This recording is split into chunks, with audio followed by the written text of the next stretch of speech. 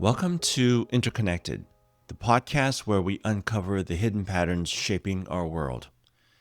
I'm your host, Carl Kim, and today we're exploring something that affects nearly all of us daily, yet remains largely invisible in its full complexity. Think about this. When Facebook, TikTok, or Twitter report their quarterly earnings, they showcase metrics like user growth, engagement rates, and advertising revenue. These numbers drive stock prices, attract investment, and shape corporate strategies. What you won't find in these reports are metrics quantifying depression rates among teenagers, the erosion of democratic discourse, or the opportunity costs of billions of hours of human attention. This isn't just an oversight, it's a fundamental market failure with far-reaching consequences for how we structure our digital lives.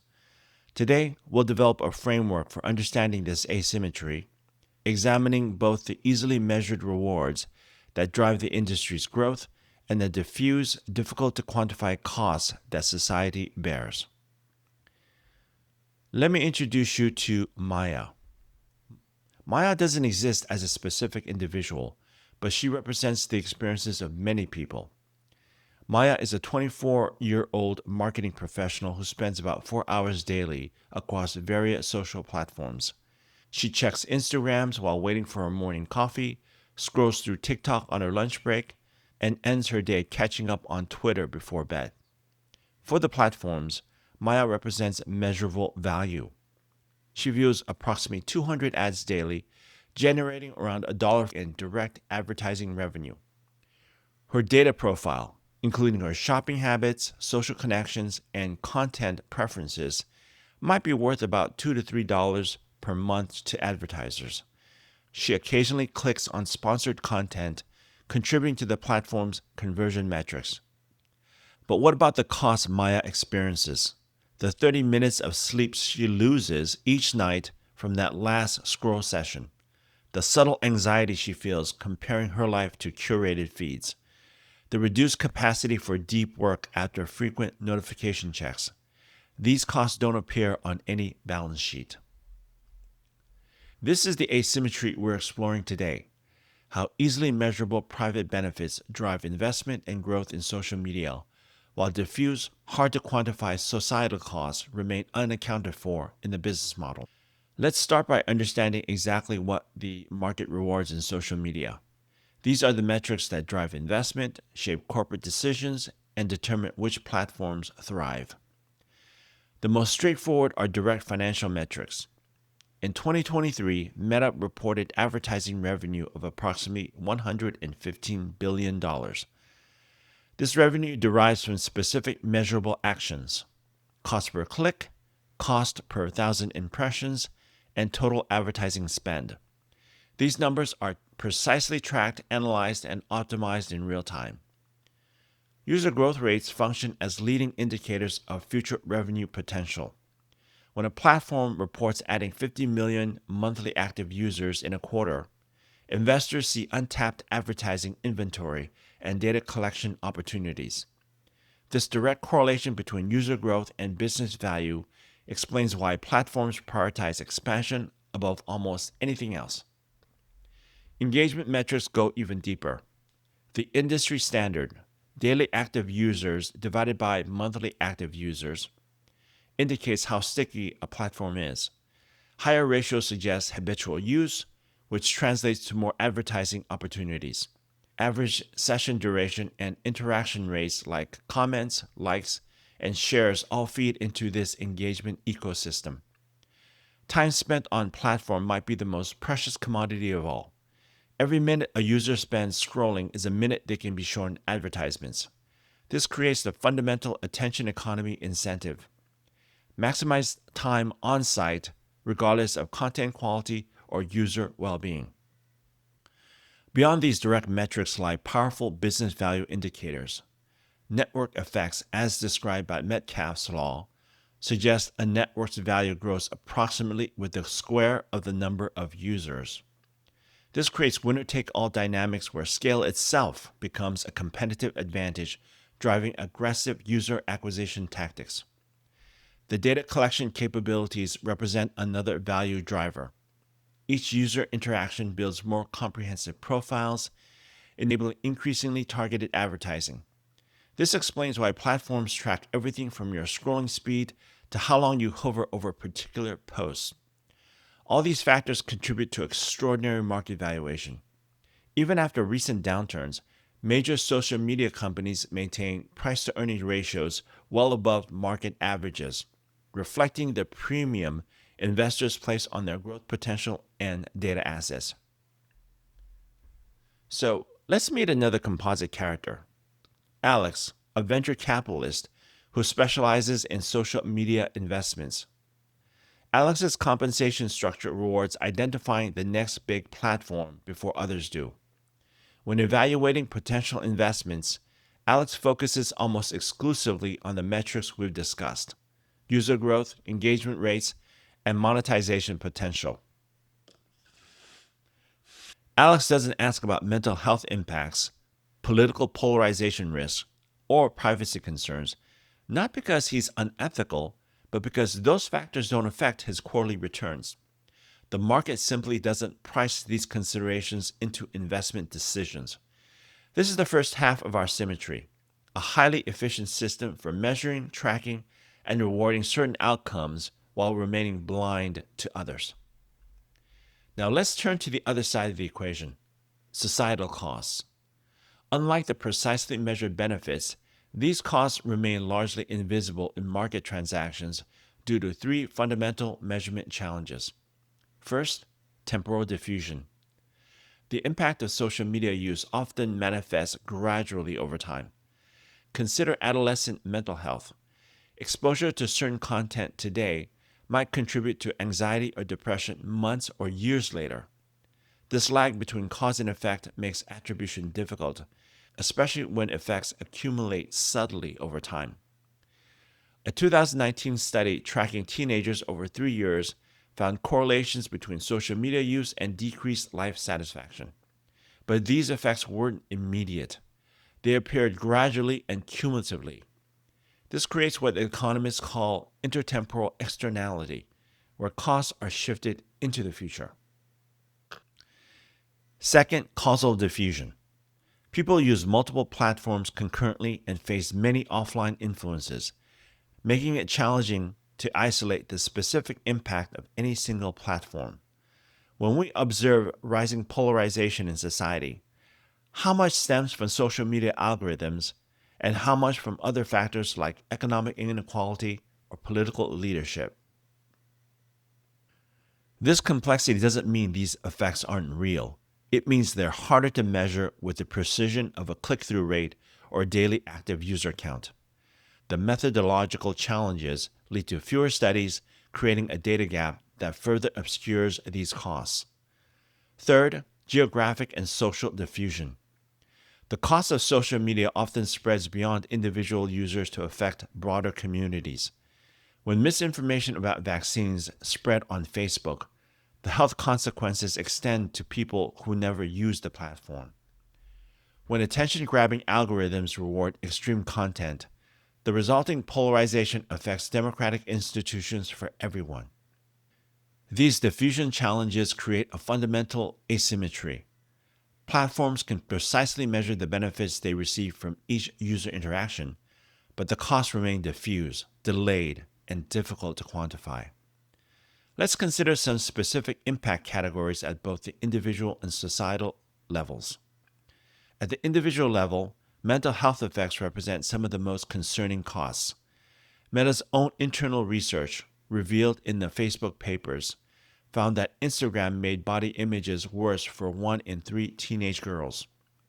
The Surgeon General recently issued an advisory on social media's impact on youth mental health, citing studies showing correlations between heavy social media use and symptoms of depression and anxiety. Attention fragmentation represents another significant cost. We now switch tasks every 75 seconds on average when using digital devices. This constant switching creates what psychologists call attention residue, where performance on subsequent tasks suffers because our minds haven't fully disengaged from previous activities. The productivity implications are enormous, but rarely measured as a cost of social media business models. Privacy loss extends beyond the immediate discomfort of being tracked. When comprehensive data profiles exist, they create persistent vulnerability to identity theft, manipulation, and various forms of discrimination. These risks represent real costs borne by users, but not reflected in platform balance sheets. Behavioral addiction mechanisms represent perhaps the most deliberate misalignment of interests. Features like infinite scroll, notification systems, and algorithmically optimized content are specifically designed to trigger dopamine release patterns similar to those in gambling addiction. These features maximize platform metrics while potentially undermining users' autonomous decision-making and well-being. At the social level, the costs become even more diffuse but no less significant. Research suggests that despite staying connected to more people, many users report increased feelings of loneliness and reduced emotional intimacy. These effects don't appear in quarterly earnings reports, but represent real decreases in human well-being. Community cohesion faces transformation as local engagement declines and virtual connections predominate. Robert Putnam's concept of social capital, the networks of relationships that help communities function, undergoes fundamental restructuring when digital interactions replace physical ones. Some forms of social capital increase while others decline, but these shifts remain largely unmeasured in economic terms. Civil discourse quality represents another casualty. Platform design that rewards engagement regardless of content quality has created what research call an outrage economy, where the most emotionally triggered content receives the greatest distribution. This dynamic systematically disadvantages nuanced discussion in favor of simplified, polarizing content. The result is increased cultural polarization, where societal groups not only disagree, but increasingly view opposing groups as fundamentally threatening. Political scientists have documented growing affective polarization, emotional hostility toward political outgroups that corresponds with the rise of social media, though the causal relationships remain complex. This brings us to the core of our analysis. Why does this asymmetry persist, and what makes it a market failure rather than simply an unfortunate side effect? The answer lies in systematically misaligned incentives across multiple dimensions. First, short-term rewards consistently override long-term considerations. Quarterly profit pressures and growth expectations drive platforms to maximize immediate engagement metrics, even while long-term sustainability might require different approaches. This creates what economists call time inconsistency, where rational short-term decisions accumulate into irrational long-term outcomes. Let me introduce another composite character, Jordan, a product manager at a major social platform. Jordan's team has identified that a particular feature increases short-term engagement but might harm user well-being over time. Jordan's performance review and bonus structure rewards this quarter's metrics, not theoretical long-term user satisfaction.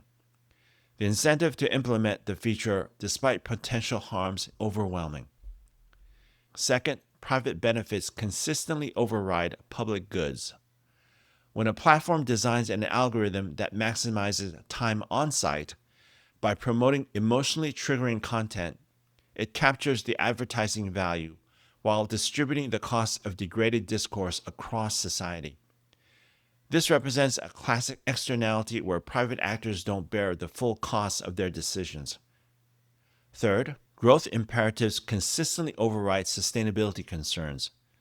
The network effects and winner-take-all dynamics we discussed earlier create tremendous pressure to scale rapidly at any cost. Features that might protect users or society, but slow growth rarely survive this pressure. These misaligned incentives constitute a textbook market failure, a situation where the market's invisible hand fails to allocate resources efficiently because prices don't reflect true social costs. Just as individual factories once released pollution into rivers because they weren't charged for environmental damage, Social media platforms distribute attentional pollution, privacy invasions, and social fragmentation without bearing those costs. Understanding this asymmetry as a market failure points us towards potential solutions. Rather than simply condemning platforms or naive techno optimism, we need systemic approaches to realigning incentives. First, we need better measurement approaches for currently invisible costs. Just as environmental economics develop methods to value clean air and water, we need robust methodologies for quantifying attention costs, healthcare impacts, mental health care impacts, and social cohesion effects. Some promising work has already begun in this direction. For example, the EOCD's Beyond GDP initiative has developed frameworks for measuring well-being across multiple dimensions. Similarly, the Social Progress Index measures social outcomes independent of economic indicators. These approaches could be adapted to create standardized social impact metrics for digital platforms. Harm quantification methodologies are also advancing.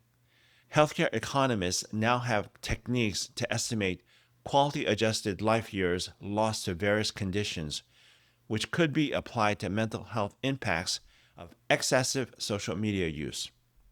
Productivity economists can measure attention fragmentation costs through observed performance decrements.